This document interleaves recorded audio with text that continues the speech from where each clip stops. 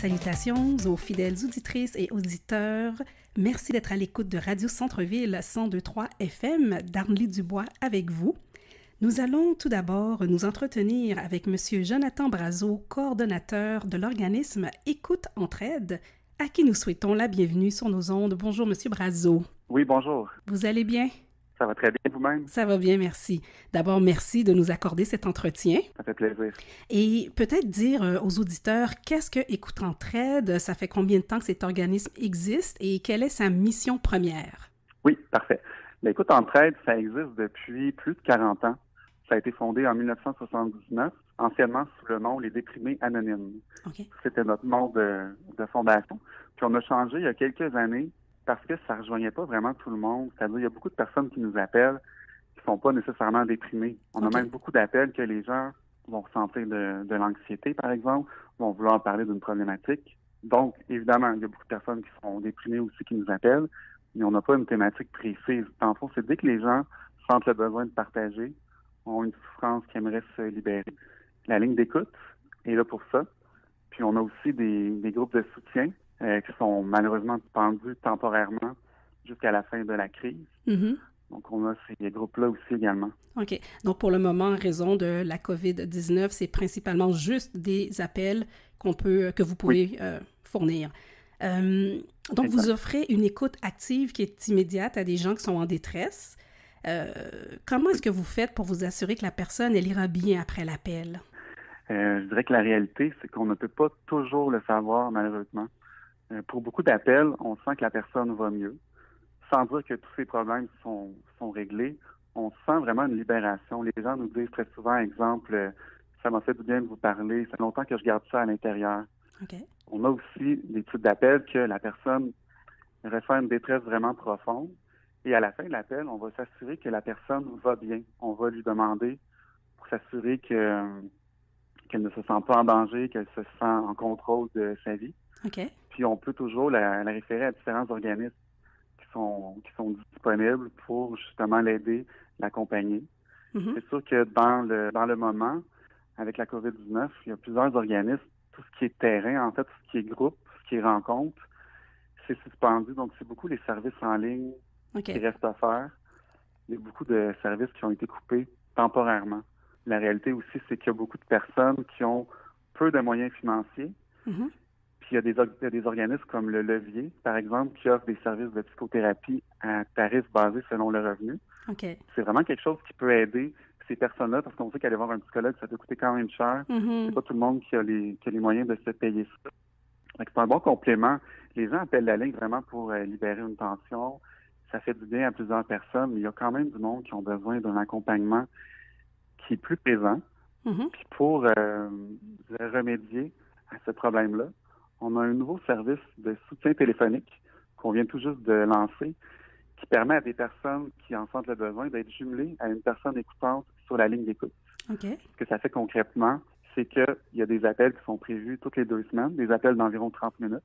Ça permet à la personne écoutante de prendre des nouvelles de l'autre personne, de l'accompagner, surtout d'avoir un suivi plus personnalisé, parce que la personne parle toujours à la même personne, donc on peut plus se confier, on peut entrer plus en détail dans l'humeur de la personne, comment la personne va.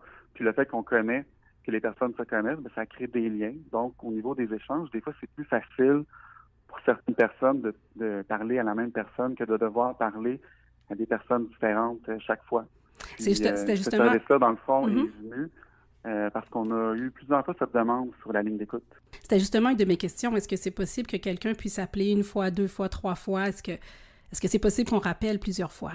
Oui, on a beaucoup de personnes qui nous appellent, exemple, pour la première fois. Il y en a que c'est la première fois qu'ils appellent une ligne d'écoute. Il y a des personnes qui peuvent appeler à des fréquences variables. Ça peut être 1 fois par mois. Des fois, ça peut être, on n'entend pas parler de la personne pendant 6 mois. La personne revient une période difficile, elle va rappeler une ligne d'écoute. Mais il y a aussi des personnes qui sont dans une période plus difficile. On parle, exemple, des personnes qui traversent une dépression. Mm-hmm. Ces personnes-là peuvent appeler chaque jour. Okay. Parce que chaque jour, ils ont besoin d'un peu d'aide pour pouvoir passer à travers la journée. Ils ont besoin de parler avec quelqu'un, d'exprimer une certaine tension qu'ils ressentent. Donc, la ligne d'écoute va vraiment aider au quotidien pour ces personnes-là. Fait que c'est vraiment variable. Il y a des gens que qu'on entend parler souvent, qui nous appellent régulièrement, puis d'autres personnes que ça va être besoin. Donc, ce que j'entends, entraide, ce n'est pas juste pour des personnes qui vivent une dépression. Donc, on peut, par exemple, vivre de la toxicomanie, de l'alcoolisme, violence conjugale ou des problèmes financiers qu'on a besoin de parler pour le moment et on peut composer le numéro, quelqu'un sera à l'écoute. Exactement. On a vraiment des appels de toutes sortes. Il n'y a pas, je dirais, le point en commun les gens qui nous appellent, c'est qu'ils ont besoin de partager quelque chose dans leur vie que les personnes trouvent difficile. Donc, les gens nous appellent pour vraiment plein de raisons différentes. OK. Est-ce que vous avez réussi à mesurer depuis l'arrivée de la COVID-19, est-ce que vous avez plus d'appels depuis les mesures de confinement? J'imagine qu'il y a des gens qui étaient déjà seuls, qui sont encore plus isolés. Comment, est-ce que c'est quantifié? Oui, on a environ 25% plus d'appels qu'on recevait il y a un mois et demi, à peu près. Quand même. À peu près les chiffres qu'on a. On a beaucoup de personnes qui n'ont jamais appelé une ligne d'écoute, qui ont, disons que pour eux, c'est nouveau, le concept de l'isolement, de se retrouver seul. C'est beaucoup des changements dans leurs habitudes de vie. Et ça peut être très déstabilisant. Il y a beaucoup de gens qui nous appellent, qui n'ont jamais connu vraiment c'est quoi être isolé. Autant que dans les personnes qui appellent la ligne d'écoute, il y a des personnes pour qui l'isolement, ça fait partie de leur vie depuis plusieurs mois, depuis plusieurs années, et même presque toute une vie. Il y a des gens qui sont vraiment habitués avec l'isolement. Puis l'arrivée de la COVID-19, pour ces personnes-là, cette partie-là n'est pas très déstabilisante. Après, il y a plein d'autres choses qui fait que les personnes sont vraiment limitées dans leurs activités. Donc, c'est sûr qu'exemple, pour une personne je donne un exemple, une personne qui a des troubles anxieux, qui est habituée d'aller prendre sa marche chaque jour, puis ça lui fait du bien de juste sortir, aller prendre un peu de soleil. Mais souvent, pour ces personnes-là, ça va être plus difficile de le faire selon où est-ce que les personnes habitent. Des fois, c'est presque impossible. C'est moins, disons, agréable et libérateur. Ça crée un stress que d'autres choses. Au niveau des troubles anxieux, pour ces personnes-là, c'est encore plus difficile vu la situation. Justement, les gens qui sont isolés, il y a peut-être des auditeurs, justement, on parlait, disons, qui sont anxieux, déprimés, qui n'oseront pas appeler à l'aide. Qu'est-ce que vous pouvez leur dire, juste pour les inciter, par exemple, à le faire? Bien, je dirais qu'on reçoit des appels de toutes sortes, pour toutes sortes de raisons. Les gens appellent souvent parce qu'ils ont envie d'évacuer une tension. Il n'y a pas une raison précise, comme que je disais. Donc, il faut se sentir à l'aise. Quand on a envie de partager quelque chose qui pour nous est difficile, il ne faut pas se sentir mal à l'aise de devoir appeler pour en parler à quelqu'un. On se fait souvent dire sur la ligne, je ne veux pas trop prendre de votre temps, je sais que mes problèmes sont souvent pas mal moins graves que beaucoup d'autres personnes. On prend le temps d'écouter chaque personne. Pour chaque personne, la problématique que la personne vit, ça appartient à chaque personne. Ça peut être très difficile pour une personne de traverser une épreuve, pour une autre, ça va être plus facile. C'est propre à chaque personne selon les habitudes qu'ils ont. Ça peut être quelque chose qui est vraiment en dehors des choses qu'ils sont habitués de vivre. Donc, ça peut être très déstabilisant pour ces personnes-là. Je dirais que tout le monde est bienvenu chez Écoute Entraide, peu importe les origines, les croyances, l'âge, le genre. On fait autant d'appels d'hommes que de femmes. Les âges, ça varie, je dirais, en moyenne, entre 21 ans, ça va jusqu'à 90 ans, quelque chose comme ça. Pour les personnes qui ont moins de 21 ans, souvent sont portées à appeler tel jeune qui font déjà un super bon travail. Très bien, c'est bon à savoir. On est isolé en confinement. C'est sûr que la musique, ça peut appeler à distraire. J'ai proposé qu'on prenne une pause musicale. Ce sont mes invités qui choisissent la musique. Qu'est-ce que vous proposez? Quel groupe, quelle chanson et pourquoi? Moi, je proposerais L'Amérique pleure des Cowboys fringants. Je trouve que les paroles, c'est quand même un peu représentatif de ce qu'on peut vivre présentement. C'est sûr que présentement, quand on va, souvent les sorties des gens, ça se limite beaucoup à aller à l'épicerie, par exemple. Puis on voit que les gens, tout le monde est un peu dans sa bulle. Puis les gens ne font pas nécessairement attention aux autres parce qu'ils sont concentrés déjà sur leurs propres problèmes. Mais en réalité, dans la vie de tous les jours, qu'il y ait une pandémie ou non, il y a beaucoup de gens qui sont dans cette situation-là. Ils vont pas regarder nécessairement autour, ils sont focusés sur leurs problèmes, sur leur travail, sur la problématique qu'ils ont avec leur famille, par exemple. Mais ils vont pas regarder autour ce qui se passe. Je trouvais que cette chanson-là reflète ça très bien. Écoutons L'Amérique qui pleure et on revient dans quelques minutes. Encore un jour à se lever, en même temps que le soleil, la face encore un peu poquée, mon 4 heures de sommeil. Je tire une coupe de puff de clope, job done pour les vitamines, puis un bon café à l'eau de mop, histoire de se donner meilleur mieux. yeah.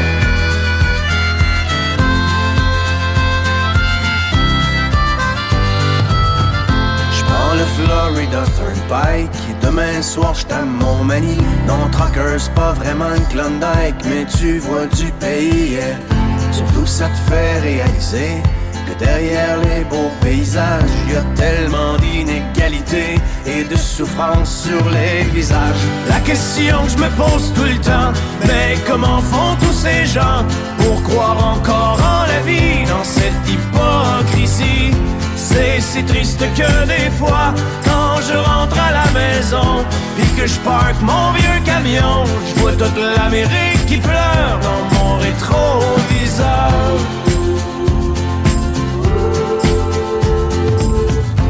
Moi je traîne dans ma remorque tous les excès de mon époque, la surabondance surgelée, shootée, suremballée, yeah. Pendant que les vœux pieux passent dans le beurre, que notre insouciance est repue, c'est dans le fond des containers que pourront pourrir les surplus. La question que je me pose tout le temps, mais que feront nos enfants quand il ne restera rien que des ruines et la faim? C'est si triste que des fois, quand je rentre à la maison et que je parque mon vieux camion, je vois toute l'Amérique qui pleure dans mon rétroviseur.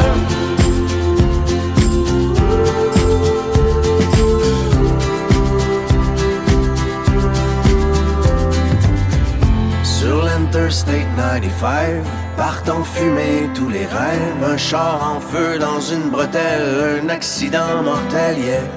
Et au milieu de ce bouchon, pas de respect pour la mort, chacun son tour joue du klaxon, tellement pressé d'aller nulle part.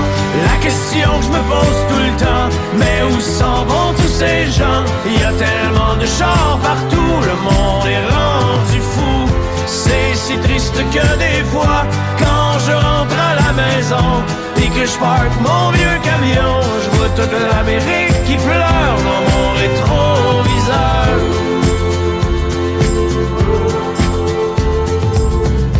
Un autre truck stop d'autoroute, pogné pour manger de la chenoute. C'est vrai que dans la soupe du jour, y a plus tellement d'amour, yeah. On a tué la chaleur humaine avec le service à la chaîne. À la télé, un autre malade vient déclencher une fusillade. La question que je me pose tout le temps, mais comment font ces pauvres gens pour traverser tout le cours d'une vie sans amour? C'est si triste que des fois, quand je rentre à la maison et que je parque mon vieux camion, je vois toute l'Amérique qui pleure dans mon rétroviseur.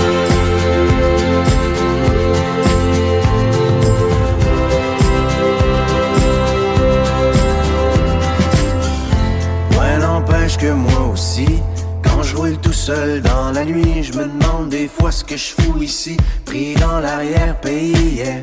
Je pense à tout ce que j'ai manqué avec Mimi pis les deux filles, et j'ai ce sentiment fucké d'être étranger dans ma famille. La question que je me pose tout le temps, pourquoi travailler autant, éloigné de ceux que j'aime, tout ça pour jouer la game? C'est si triste que des fois, quand je suis loin de la maison, assis dans mon vieux camion, j'ai toute l'Amérique qui pleure quelque part au fond du cœur.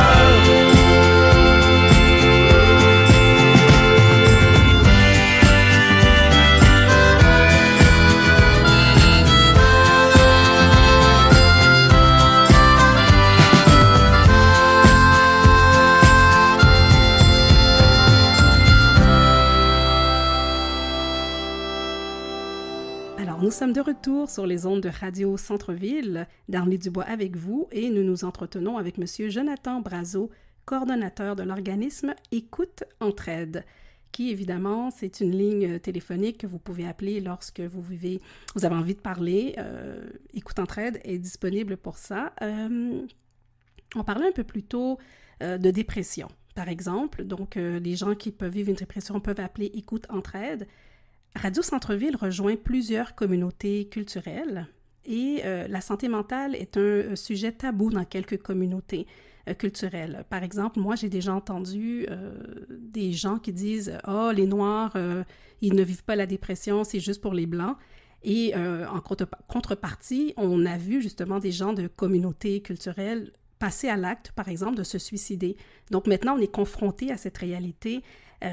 Pouvez-vous rassurer les auditeurs qui aimeraient justement téléphoner Écoute Entraide, peu importe leur origine, vous en parlez un peu plus tôt, leur âge, que ces appels-là se feront en toute confidentialité?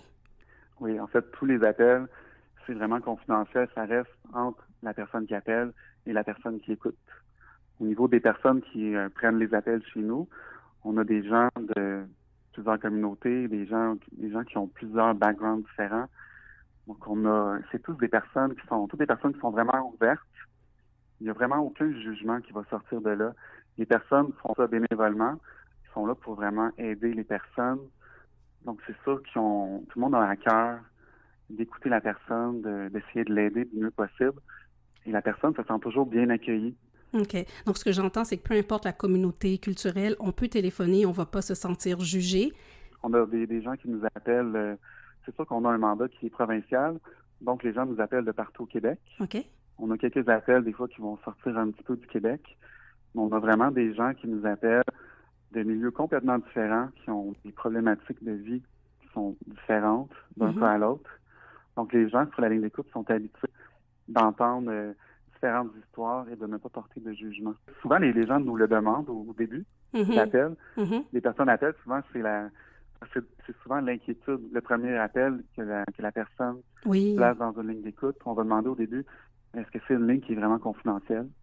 La réponse, c'est oui, parce que tout ce qui est dit, c'est pas enregistré. Là. Exemple, il n'y a pas personne qui va écouter autre que la personne qui écoute dans le moment.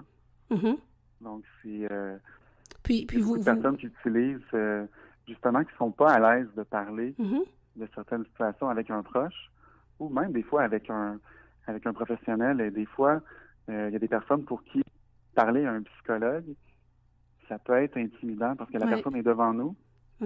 Puis même si la personne devant nous est vraiment bienveillante de nous accueillir, mais il y a quand même pour certaines personnes qui c'est difficile d'être devant une personne et de devoir parler de ses propres souffrances. Donc, le concept du téléphone, des fois, c'est moins confrontant. On voit pas la personne, on est vraiment plus dans notre intimité. Personne pour qui c'est vraiment important de sentir que c'est vraiment anonyme. OK. Donc, c'est ça, c'est très important et c'est rassurant aussi. Vous disiez que ce sont les bénévoles qui sont à Écoute Entraide. Est-ce qu'ils reçoivent une formation avant, justement, de commencer à prendre des appels? Oui. On a une formation qui est quand même assez complète, assez exigeante aussi. Et on a des personnes qui viennent nous voir, qui ont déjà, exemple, un doctorat en psychologie, qui ont 10, 15, 20 ans d'expérience comme intervenants, dans la santé mentale. Mais en fait, n'importe quelle personne qui ressent qu'il y a une grande sensibilité, souvent on dit qu'il y a des personnes qui sont d'une bonne écoute. On a des personnes dans notre entourage qui, lorsqu'ils ont quelque chose de difficile, vont venir se confier à nous. C'est souvent un signe qu'on est, qu'on a une grande sensibilité et qu'on va être réceptif aux difficultés que d'autres personnes vont vivre. Donc, les personnes, on les accompagne. Il y a quand même une assez longue formation pour, justement, outiller toutes les personnes sur tout ce qui peut arriver comme type d'appel. Puis ça aide beaucoup, dans le fond, les personnes de comprendre aussi. Chaque personne qui appelle a des problématiques différentes. La formation va guider sur, exemple, la santé mentale, sur comment aborder les personnes pour que la personne se sente à l'aise, qu'ils ne se sentent pas brusqués. Parce que souvent, on peut aller voir certains professionnels qui vont nous bombarder de questions pour entrer, puis il va y avoir comme une procédure, toutes les questions qui vont être posées. Ça peut être intimidant pour quelqu'un. Chez Écoute Entraide, on ne va pas poser de questions directes. Si on sent qu'il y a quelque chose de plus souffrant pour la personne, on va respecter que la personne n'a peut-être pas le goût de parler de ça présentement. On ne va jamais forcer quelqu'un à parler d'un sujet dont la personne n'est pas prête de parler dans le moment. OK.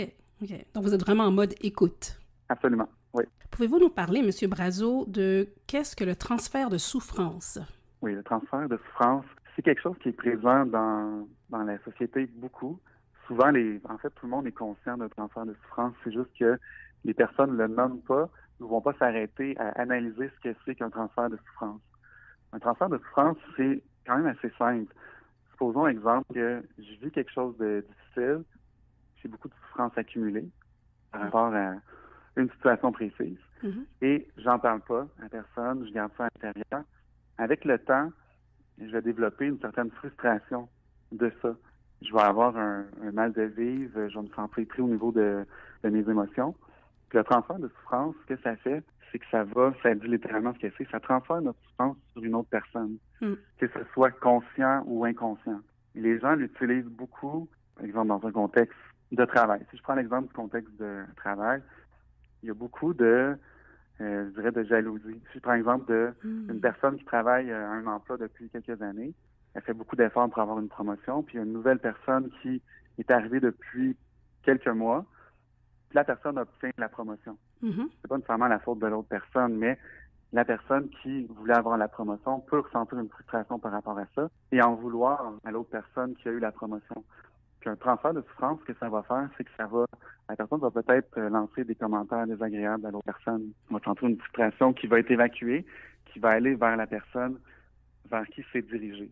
Le problème avec un transfert de souffrance, c'est que la souffrance est, de façon générale, pas transférée sur la personne que ça devrait. Comme exemple, quand on va, je reviens à l'exemple de l'épicerie, c'est pas mal la seule sortie que je fais ces temps-ci dans toute ma semaine. Donc, quand on va à l'épicerie, souvent les gens ils ont des frustrations qui ont accumulé durant leur semaine et qui va encaisser ces frustrations-là. Souvent, c'est le premier d'épicerie. C'est la personne à la caisse. Même si ces personnes-là n'ont rien à voir avec la situation, ils vont recevoir la frustration de la personne, elle va être transférée sur une autre personne. Le problème avec ça, c'est que si on prend pas conscience que le transfert de souffrance, ça nuit collectivement à tout le monde, c'est que si tout le monde continue de faire des transferts de souffrance, tout le monde en reçoit en bout de ligne, à gauche, à droite. Donc, quand on est conscient, quand on est dans un état qu'on se sent pas bien, qu'on transfère notre souffrance sur quelqu'un d'autre, si on peut juste prendre conscience que un peu tout le monde fait ça dans sa vie de tous les jours, mais si, exemple, on tentait de diminuer ce transfert-là, dans la société, ça viendrait qu'à aller beaucoup mieux. On recevrait moins de décharges négatives qu'on n'a pas nécessairement méritées. Puis au niveau des transferts de souffrance, des fois, c'est simplement, exemple, un souper qui est organisé avec une amie, puis dernière minute, on doit annuler ce souper-là. Donc, on fait juste le dire à la personne que malheureusement, je ne pourrais pas être là. Puis la personne, dans sa souffrance, va souvent, pas souvent, mais parfois, nous répondre, transférer une certaine souffrance. La personne ne sera pas contente, puis elle va nous l'envoyer, la souffrance qu'elle a accumulée par rapport au fait qu'on a annulé le souper. Puis la personne, dans le fond, est simplement déçue. Puis au lieu de le dire d'une façon humaine, mais maladroitement, ça va sortir par un transfert de souffrance. Alors, ce que j'entends, c'est qu'on doit être sensible à nos émotions, les reconnaître et, j'imagine, agir de la bonne façon, utiliser les bons mots. Oui. Déjà, le fait de savoir comment on se sent, c'est déjà une piste. Parce que il y a beaucoup de personnes qui nous appellent sur la ligne d'écoute, qui, exemple, nous appellent, sont en colère. On parle avec ces personnes-là pour tenter de voir la colère vient de où. Puis souvent, pour des personnes, les personnes ont tendance à s'imaginer que la colère, c'est une émotion qu'on va ressentir face à une situation, c'est une réaction qui est normale. Mais en réalité, quand on est en colère par rapport à une situation, il y a toujours d'autres émotions ou d'autres sentiments qui sont cachés en dessous, qui ont provoqué cette colère-là. Souvent, les gens ne sont pas conscients. C'est juste la colère qu'ils vont ressentir dans le moment. Ça va aveugler toutes les autres émotions ou sentiments qui sont cachés en dessous. Mais quand on creuse plus en profondeur, on va voir que la colère vient peut-être en réalité d'une grande déception, vient peut-être d'une injustice que la personne a vécue. Ça a déclenché la colère. Donc, c'est important quand on sent une colère, d'essayer de voir la cause, pourquoi je me sens comme ça. Puis souvent, les gens vont pas faire de l'introspection, vont pas prendre quelques minutes dans la journée pour juste réfléchir. Est-ce que je me suis senti bien? Est-ce qu'il y a un moment dans la journée qui a été plus difficile pour moi et pourquoi? Des fois, juste de prendre quelques minutes, voire quelques secondes si on est trop occupé chaque jour pour essayer de s'assurer que notre santé mentale va bien. Donc, prendre soin de sa santé mentale, ça veut dire se réserver du temps à nous et de vraiment être plus à l'affût de comment on se sent, de pas cacher ses émotions à l'intérieur, vraiment d'être de d'être franc avec soi-même pour savoir comment je me sens présentement. Puis s'il y a quelque chose qui ne va pas, bien, le fait de réfléchir à ça, on va s'en rendre compte, ça va être plus clair. Puis déjà, le fait de le savoir, ça peut limiter de faire des transferts de souffrance. Ça peut aider la personne à trouver une solution à ses problèmes. Et si, admettons, on est en colère, est-ce qu'on peut tout de suite appeler Écoute Entraide pour en parler au lieu de le ruminer pendant des heures? Ça aussi, vous prenez ce genre d'appel? Oui, absolument. C'est le but aussi. Il y a beaucoup d'appels, aussi d'anxiété. On reçoit beaucoup d'appels le soir. La personne, exemple, là, vit un stress par rapport à n'importe quelle situation. Puis le stress prend de la place au courant de la journée. Puis le soir, des fois, le stress est rendu tellement fort, il y a tellement d'anxiété que la personne a juste besoin d'évacuer cette tension-là. Puis le fait d'évacuer cette charge négative-là, ça va aider la personne à pouvoir dormir le soir. Parce que d'aller se coucher le soir avec plein d'anxiété, plein de stress, ça fait souvent que les personnes font de l'insomnie. L'insomnie accumulée, bon, c'est de la fatigue physique, la fatigue morale aussi. Donc, on tombe dans une sorte de cercle vicieux. C'est difficile des fois de se sortir d'une situation difficile quand on est à la base déjà épuisé. Et quel est le numéro pour rejoindre Écoute Entraide? Depuis le début, on en parle, on n'a jamais donné le numéro. Oui, on a un numéro. On a deux numéros. On a un numéro dans le 514, qui est le 514-278-2130. Et on a un numéro sans frais qui est pour tout le Québec. C'est le 1855 en ligne. Donc, le 1855-365-4463. Et vous parliez tout à l'heure, si par exemple le soir, on a envie de parler, quelles sont vos heures d'affaires, les heures justement d'ouverture si on veut vous appeler? Oui, on est ouvert 7 jours sur 7, de 8 heures le matin jusqu'à minuit. OK. Donc, il ne faut pas hésiter à nous appeler. On reçoit un volume d'appels dans le moment qui est quand même élevé. OK.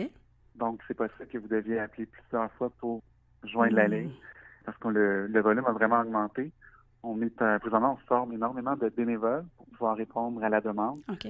Mais la demande est vraiment grande. Donc, des fois, ça prend peut-être un petit peu de patience pour pouvoir rejoindre la ligne. En général, on finit par tomber sur quelqu'un. Donc, je vais répéter le numéro 514-278-2130. Donc, ça, c'est pour la région montréalaise. Oui. Et pour la province, 1-855 en ligne, 1-855-365-4463. Oui, en plein ça. Je vous remercie, M. Brazeau, d'avoir été avec nous. Ça a été très formateur. Évidemment, on va inviter les auditeurs qui se sentent seuls, qui vivent une détresse, à vous contacter pour tout simplement avoir une écoute. Absolument, on va être là pour ça. Donc, si vous sentez le besoin de parler, il ne faut vraiment pas hésiter. La ligne est là pour ça, puis ça va nous faire plaisir de vous écouter. Bien, merci beaucoup, M. Brazeau, et à très bientôt. Ça m'a fait plaisir. Bonne journée. Merci.